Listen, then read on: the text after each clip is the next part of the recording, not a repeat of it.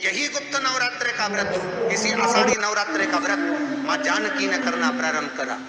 और करो आराधना, कुछ नहीं तो एक फूल तो शंकर को चढ़ाना चालू करो, कम से कम एक पुष्प तो चढ़ाओ। जिसको लगता है कि मेरे परिवार में कोई दूसरा व्यक्ति हस्तक्षेप कर रहा है या मेरा पति किसी पर नारी के साथ में रह रहा है या नारी किसी पर पुरुष के साथ में रह रही है, तो माखन थोड़ा सा प्रतिदिन मां जगत जननी के मंदिर में अवश्य समर्पित करें। 9 दिन तक समर्पित करोगे, कैसा भी दोष होगा, कैसे भी ग्रह होंगे, वो सब हट जाएंगे और जीव आपका। ये वो नवरात्र है जिसमें प्रेम आनंद बढ़ता है, स्नेह बढ़ता है। ये वो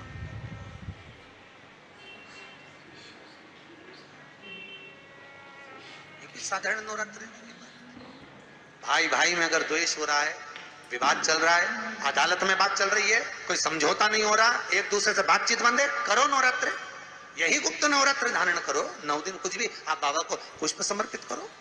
फूल लगता क्या है, कोई यहाँ लिखा तो आनंद रामायण में ये थोड़ी लिखा कि एक एक सोने की अंगूठी समर्पित करो। उन्होंने तो लिखा पुष्प, केवल पुष्प,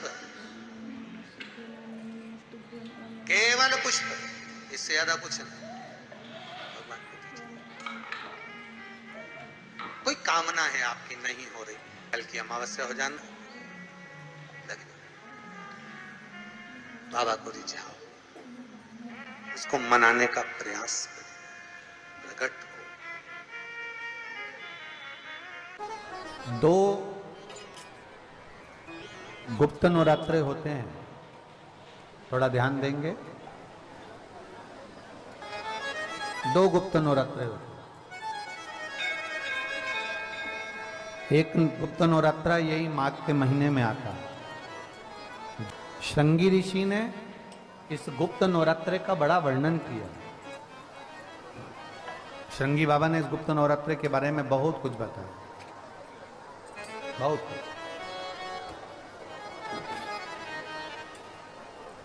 श्रृंगी बाबा गुप्त नवरात्रे के लिए कहते हैं कि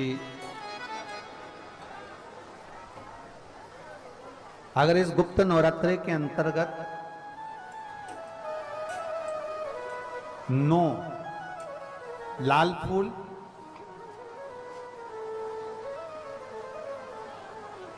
और 5 श्वेत पुष्प, ये दोनों,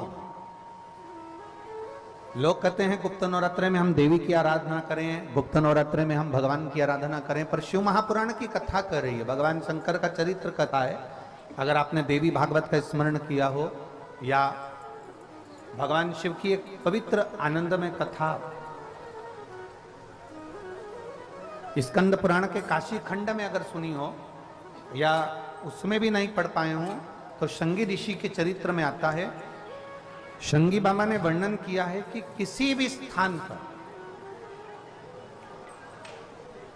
किसी भी स्थान पर यदि हमारे घर में 2 शिवलिंग है नहीं है, तो किसी अपने घर के गमले में, बगीचे में 2 पार्थिव लिंग का निर्माण करें। 2 पार्थिव लिंग, उसमें एक शिव जी का स्मरण करें और एक में माता पार्वती जी का स्मरण।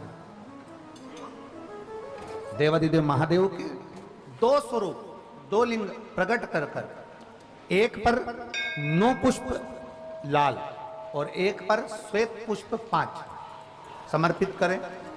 बाबा की आराधना करें, घी का दीप लगाएं, पूजन करें और बाद में उन शिवलिंग को, उन पुष्पों को विसर्जन करें। किसी भी नदी में, तालाब में, बावड़ी में, अगर वहां नहीं विसर्जन कर सकते हैं तो किसी वृक्ष के नीचे उनका विसर्जन कर दें। पर ये नवरात्रे, ये जो गुप्त नवरात्रे हैं, इस माघ महीने में जो गुप्त नवरात्रे आती है, इसी के अंतर्गत इसका पूजन है। एक बार हमने पहले वर्णन किया था, जिसके यहाँ संतान नहीं होती उसके लिए भी पहले इस माघ महीने में जो गुप्त नवरात्रे आते हैं उसका स्मरण कराया था। कैलाशी अविनाशी है शिव, शिव तत्व का है।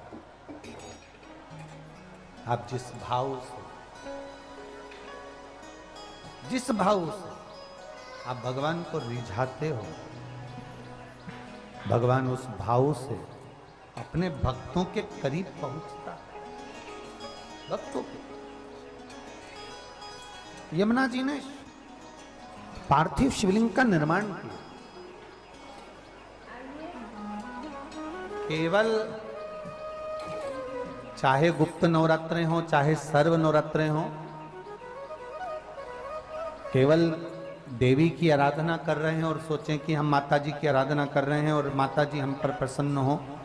शिव महापुराण की कथा कहती है कोई सी भी नवरात्रे में अगर आप शंकर भगवान की आराधना के साथ देवी की आराधना करेंगे तो शिव महापुराण की कथा कहती है महादेव शिव और शक्ति दोनों ही कृपा जरूर करते हैं। ये निश्चित है,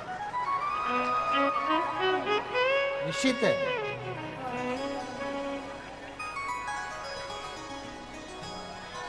केवल एक शिव की आराधना कर लेना या शक्ति की आराधना कर लेना, हम शिव और शक्ति की दोनों की आराधना एक साथ करें। हम शिव और शक्ति की दोनों की आराधना, दोनों की आराधना। और हम तो दिन भी मौका लग जाए, कभी नवरात्रे पड़े, चाहे गुप्त नवरात्रे हो चाहे संपूर्ण विश्व को ज्ञात चैत्री और कुमार के नवरात्रे हो, हर नवरात्रे में आप एक विशेष ध्यान रखें प्रत्येक नवरात्रे में कि हमें शंकर भगवान के शिवलिंग की पूजन करनी। और एक और बात समझ लें, दो शिवलिंग का निर्माण नहीं भी कर सकते हैं तो एक शिवलिंग का निर्माण करें और उस शिवलिंग के पास में ही एक छोटा सा मिट्टी का ढेला रखकर मां जगत जननी जगदम्बा का भी पूजन कर सकते। आपको नहीं बनाना दो शिवलिंग, तो एक शिवलिंग एक मिट्टी का थोड़ा सा। ऐसा नहीं है कि मेरी माता दुर्गा भवानी पिंडी के रूप में नहीं पूजाती है। अगर मेरी माता पिंडी के रूप में नहीं पूजाती तो वैष्णो देवी में 3 पिंडियां विराजमान नहीं हो पाती। जितने जितने शक्तिपीठ हैं, आप प्रत्येक शक्तिपीठ में दर्शन करने के लिए जाएंगे तो वहां पर भी आपको पिंडी का दर्शन होता ही है, प्रत्येक शक्ति। ऐसा नहीं कि मेरी मां पिंडी के रूप में फिर पूजाती नहीं है, वो भी पूजाती है। आप जिस भाव से भजेंगे, जैसे हम कहते हैं हमारे शहर में, हमारे सीहोर नगर में कुबेरेश्वर धाम कंकर शंकर की भूमि है। मतलब वहां जो गया है वो कंकर शंकर की आराधना करने के लिए गया है, कंकर शंकर की पूजन करने के लिए गया है। जिस व्यक्ति का कोई कार्य सिद्ध नहीं हो रहा है, कोई कार्य अटक गया है, मिलन नहीं हो रहा है, कोई अदालत तक में बात पहुंच गई है और मालूम पड़े संबंध टूटने वाला है, लग रहा है कि ये ससुराल वाले नहीं रख रहा है, या लग रहा है कि ये संबंध हमारा खराब होने वाला है, उस व्यक्ति को ये व्रत 9 दिन के धारण कर लेना चाहिए, जो माता जानकी जी ने वाल्मीकि बाबा से पूछ कर करा था, जो माता सीता जी ने वाल्मीकि बाबा से पूछ कर करा था।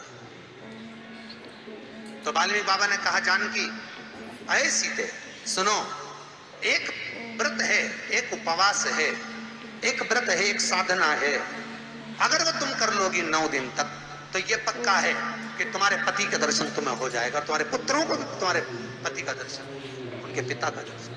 ठीक है, क्या उपाय? कहा शिव मंदिर में जाइए,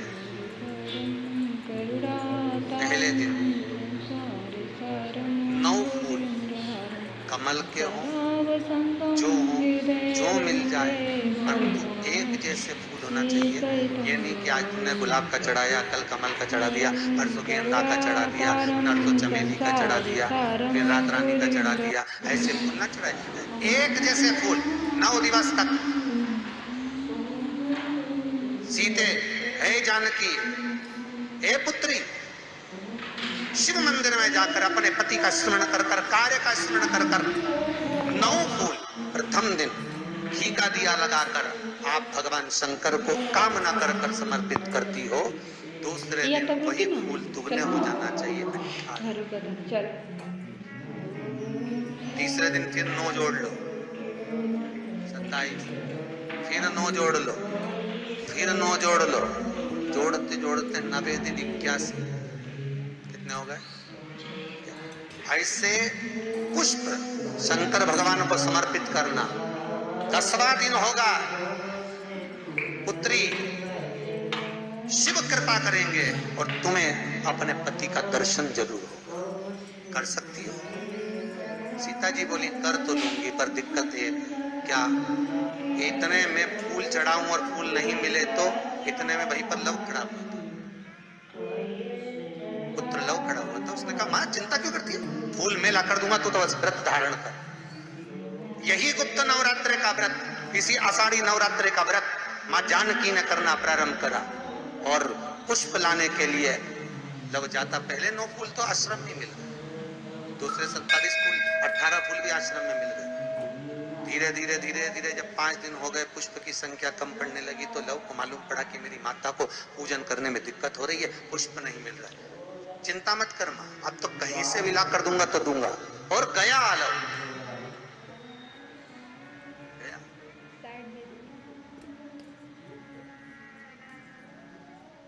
अयोध्या में पहुंच गए, जहाँ एक सुंदर सा सरोवर था।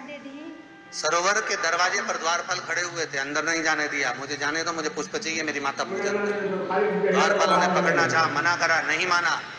लव इनको पटक कर अंदर प्रवेश कर गया।